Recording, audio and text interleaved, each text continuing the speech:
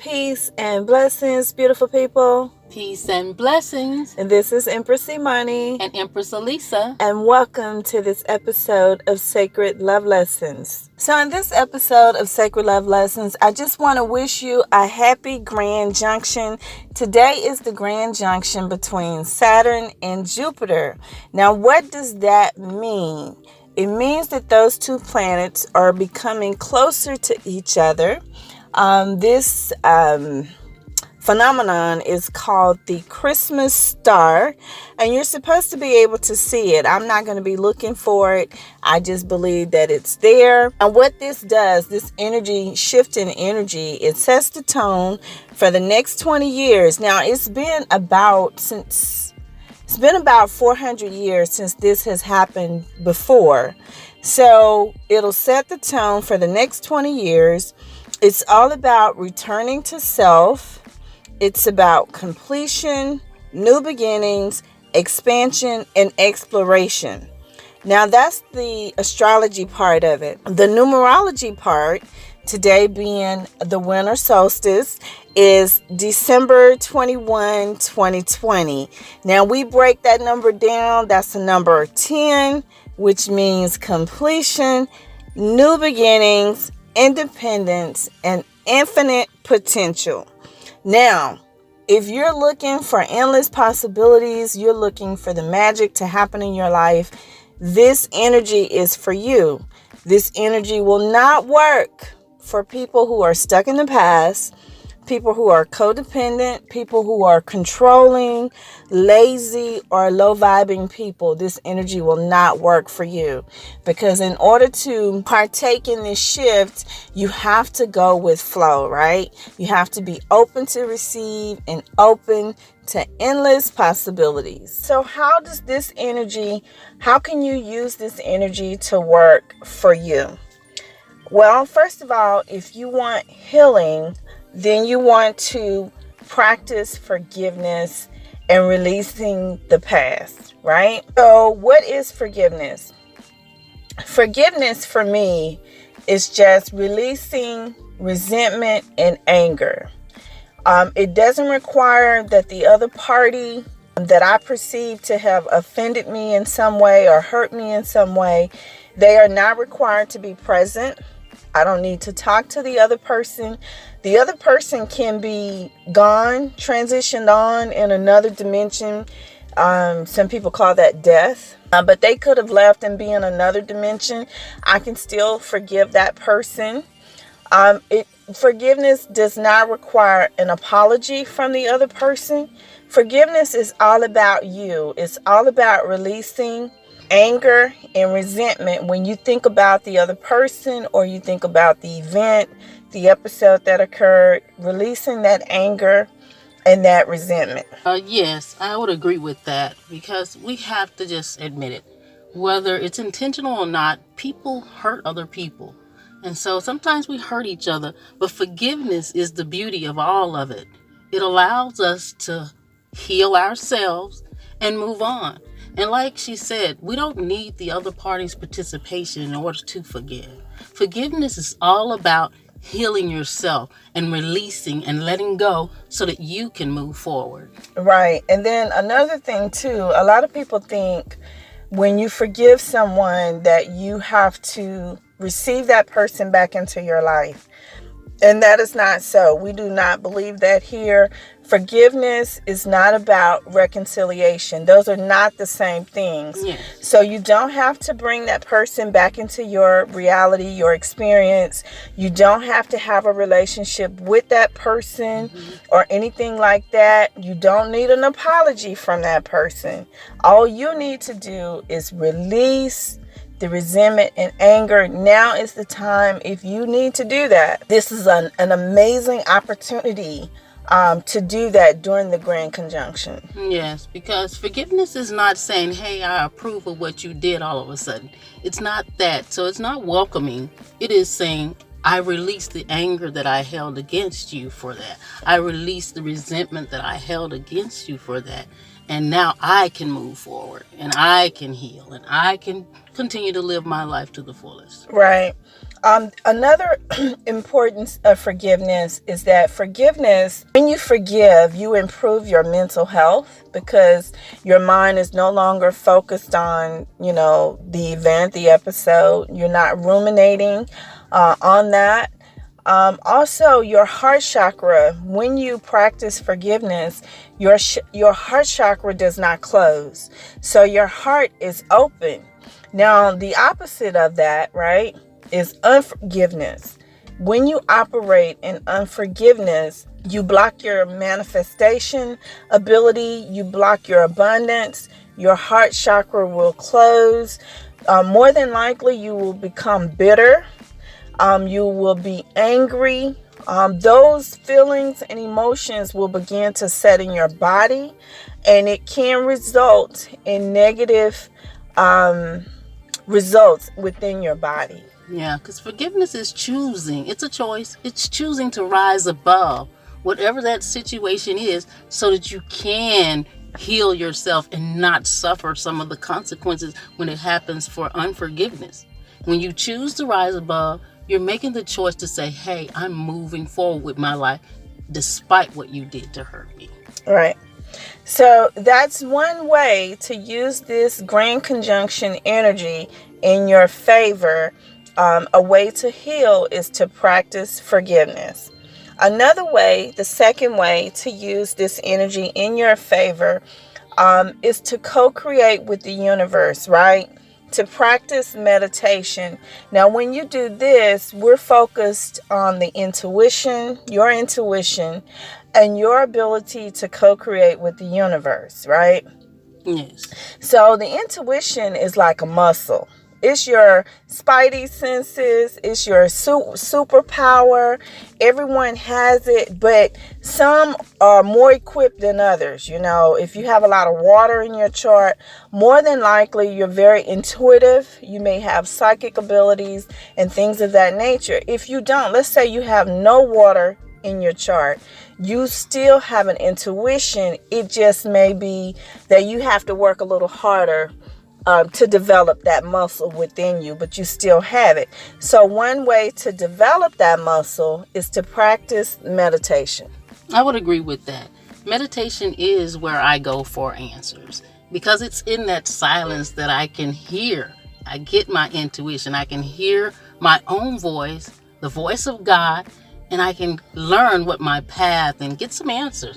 It's not that the silence is empty. A lot of people find it hard to sit in silence and meditate, but the silence isn't empty. The silence is full of answers. You just have to learn to listen and co-create with what you hear. Right. Now, there are different types of meditation. We won't get into the details of all of that. You can Google it and find out what works best for you. And just, if you're new to meditation, just pick and try different styles of meditation and then see what works for you. I know for me, sometimes I require silence. Like if I've just been doing a lot of heavy lifting in my mental space, through work, then sometimes after that, because that will make you tired, I just need to get somewhere and be quiet and be still. Now, there are other times when I want to move. So I may do a walking meditation. I really enjoy that. There are times when I may have cleansing music playing in the background, at a very low level. That helps me to relax and to get into a calming meditative state. Another thing that gets me into a meditative state is deep breathing. And I really, really love the deep breathing meditation because when I do that, find it as a way to open up my crown chakras.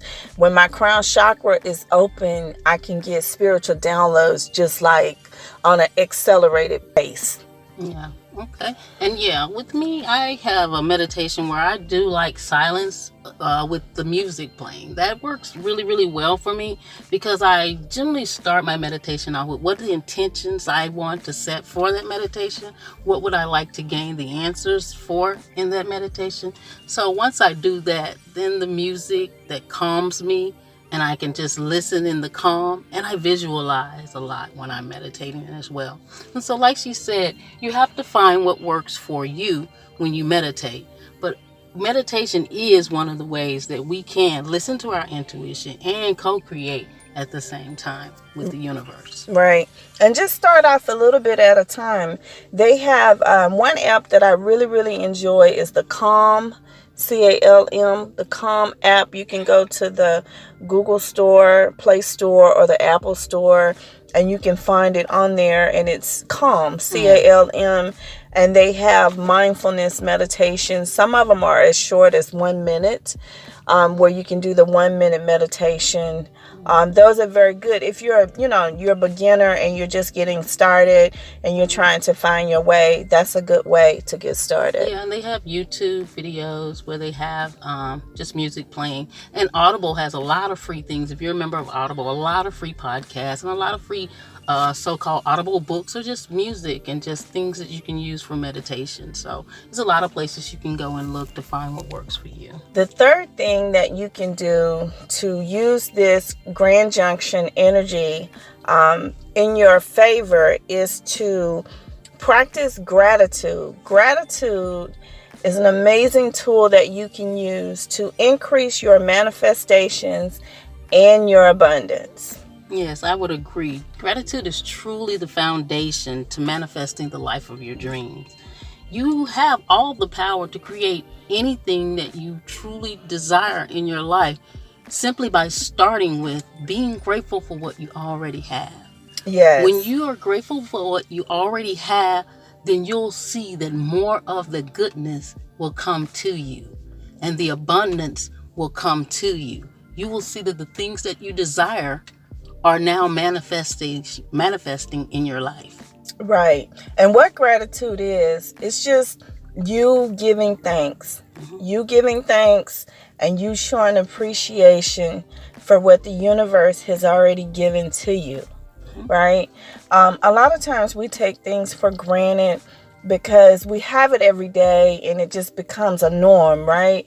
Your ability to breathe, your ability to see, eyesight, your ability to hear, all of your physical senses, your ability, your functionality, your ability to walk and move and get up and go. A lot of those things we take for granted, because we're so used to having it all the time. If you're in a good financial state of being, sometimes you may think, okay, this is, what it is, what it always has been, and you expect that to continue to happen. But you should always give thanks in everything, no matter how small or big you perceive it to be, so you can continue to have those wonderful, awesome, amazing things and people too in your life. Yes, I would agree with that. And a lot of people sometimes find it hard to say, what am I grateful for? Or when should I be saying all these gratitude things? The thing is, you can be grateful all day long. In any moment, you can find something to be grateful for.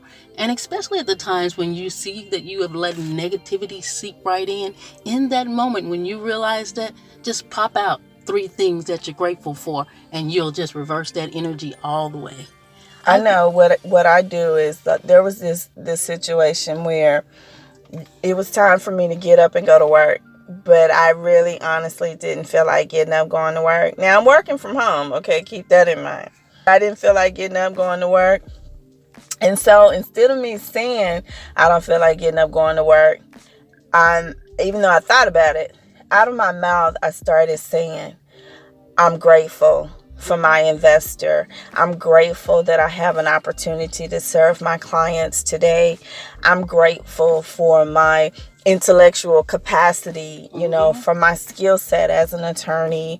I'm grateful. I just started giving thanks. And that's how it works. And then my mood changed. How it works. When you see that negativity seeping in, then you just start saying things that you're grateful for, and you'll see immediately that energy will change. And you'll see that it's a positive outlook on life. I have so much to be grateful for. That's what you'll start realizing. And then you'll see you'll have more and more good in your life that you can be grateful for as well. Right. And your gratitude is yours alone. It has nothing to do with anyone else or anything outside of you. Because I know sometimes, you can see someone in despair, and then that will trigger gratitude within you.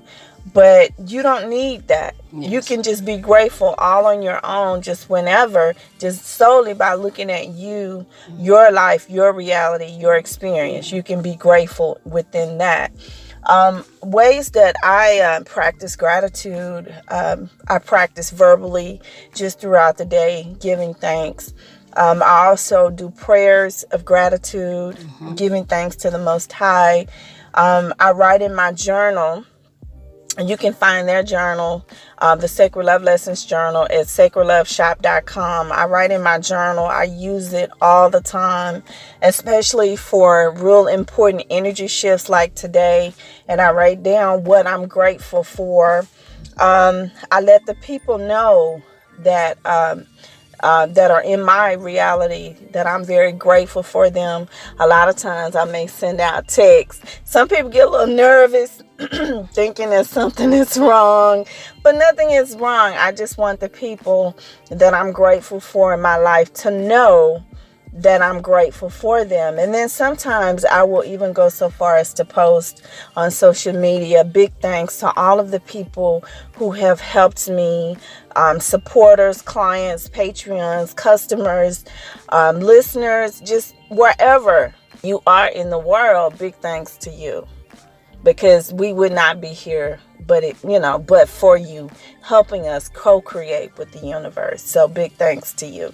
Yeah, big thanks to everyone out there who listens and who actually has learned a little bit of something from us, because we really appreciate everything, because we're here to serve, and the people that we serve, we're really grateful for you in our lives.